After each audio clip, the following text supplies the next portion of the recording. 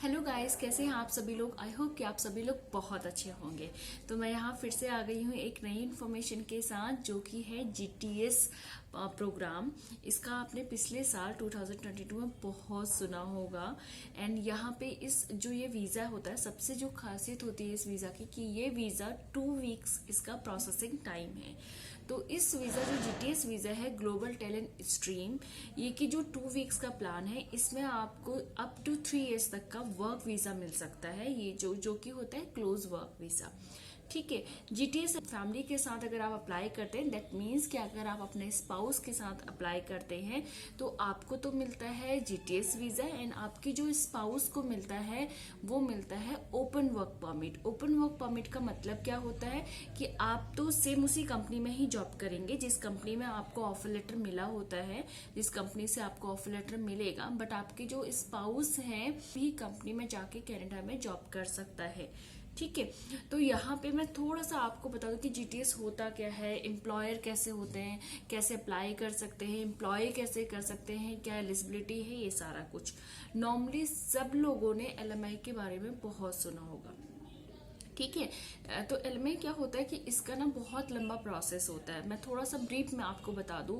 For example, अगर Canada के किसी भी कंपनी को, किसी भी एम्प्लॉयर को अगर किसी भी बंदे को बाहर से हायर करना है, उसको कनाडा गवर्नमेंट को बताना होता है कि जिस स्किल्स की, जिस टैलेंट की उसको ज़रूरत है अपने काम के लिए, जिस वर्क एक्सपीरियंस की ज़रूरत है, वो कि लोकली उसको नहीं मिल पा रहा है। तो उनका ये काम होता है, पहले वो अपने लोकल पे देखते हैं। मीन्स कि फॉर एग्जांपल, अगर कोई ब्रिटिश कोलंबिया पे रह रहा है तो पहले से ब्रिटिश कोलंबिया के उस एरिया पे देखेगा। फॉर एग्जांपल, बैंकोवर में रहता है, ब्रिटिश कोलंबिया के बैंकोवर में रहता है।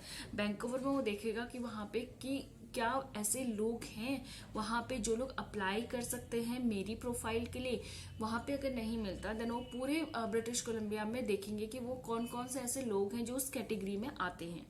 ठीक है। अगर वहां पे भी कोई नहीं मिलता, देन फिर उसके बाद वो पूरे कनाडा पे जॉब अप्लाई करवाते हैं, एंड वो देखते हैं कि वहां से कोई एप्लीकेशन आई प्रोफाइल के लिए या नहीं आई। अगर वहां से भी नहीं आती, देन जो कनाडा की गवर्नमेंट होती है, मीन्स कि आप अप्रूव्ड हो, एलएमआई लेटर ये लीजिए, एंड देन आप बाहर से जो अच्छे स्किल्ड वर्कर हैं उनको आप अपने यहाँ पे बुला सकते हो टेम्परेरी। ठीक है। तो ये तो हो गया एलएमआई का प्रोसेस, जो कि 1 साल तक भी चल सकता है, 1.5 साल तक भी चल सकता है, 2 साल तक भी। ये डिपेंड करता है सबसे पहले कि एम्प्लॉयर को ही इतना टाइम लग जाता है। ठीक है। अब सेकंड आते हैं, इसी को मैं थोड़ा सा और बताती हूँ कि एम्प्लॉयर को ही इतना टाइम लग गया। फॉर एग्जांपल, 1 ईयर का टाइम लग गया एम्प्लॉयर को पूरा एलएमआई लेटर मिलने पे। फिर उस एलएमआई लेटर को वो देते हैं एम्प्लॉय को, यानी एम्प्लॉय अप्लाई करते हैं, देन वहां पे भी काफी लंबा टाइम लगता है, मिनिमम 3 to 4 और 5 मंथ्स का टाइम। तो 1.5 से 2 साल का अराउंड का टाइम लेके चलिए, सारा कुछ आपका स्टार्ट करने से लेके कनाडा पहुंचने तक का टाइम।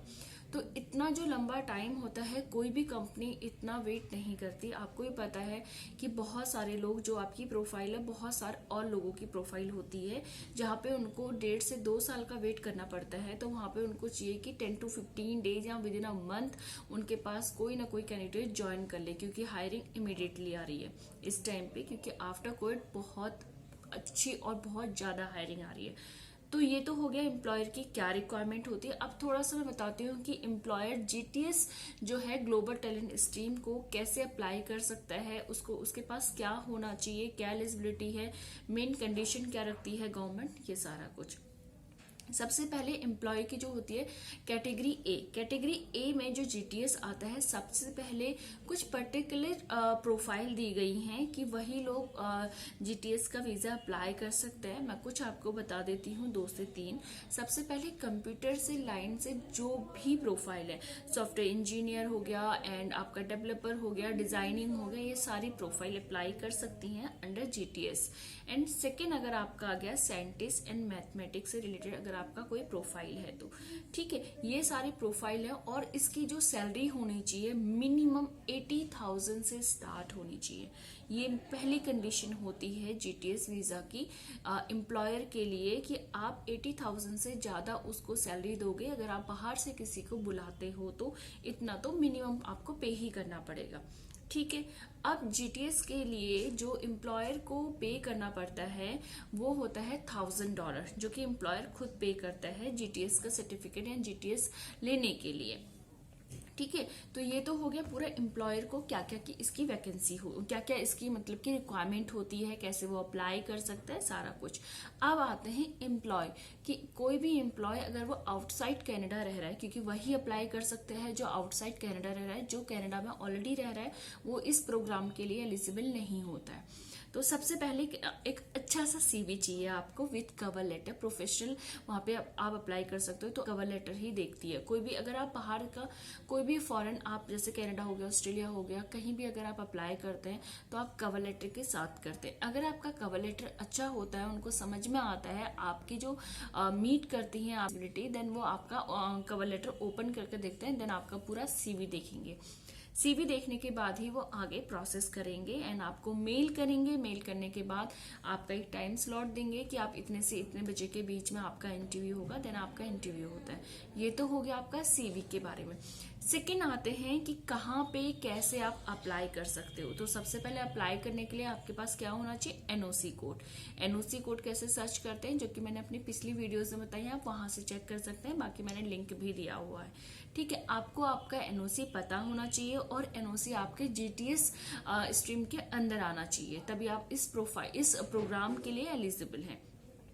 तो आप कहाँ अप्लाई कर सकते हैं, फर्स्ट आप डायरेक्टली कंपनीज की वेबसाइट पे अप्लाई कर सकते हैं मेल के थ्रू या जॉब बैंक से। ठीक है, जॉब बैंक से क्या होता है, यहाँ पे आप जॉब बैंक में उसमें पूरा सैलरी वगैरह सब कुछ आपको मिल जाएगा। जॉब बैंक एक ऐसा पोर्टल है जहाँ पे एम्प्लॉयर वहाँ पे जॉब पोस्ट करते हैं, तो आपको डेट भी पता चल जाएगा वहाँ पे कौन सी डेट पे उन्होंने पोस्ट करी है, क्या सैलरी रेंज है, किस लोकेशन में जॉब है, वो सारा कुछ आपको मिल जाएगा।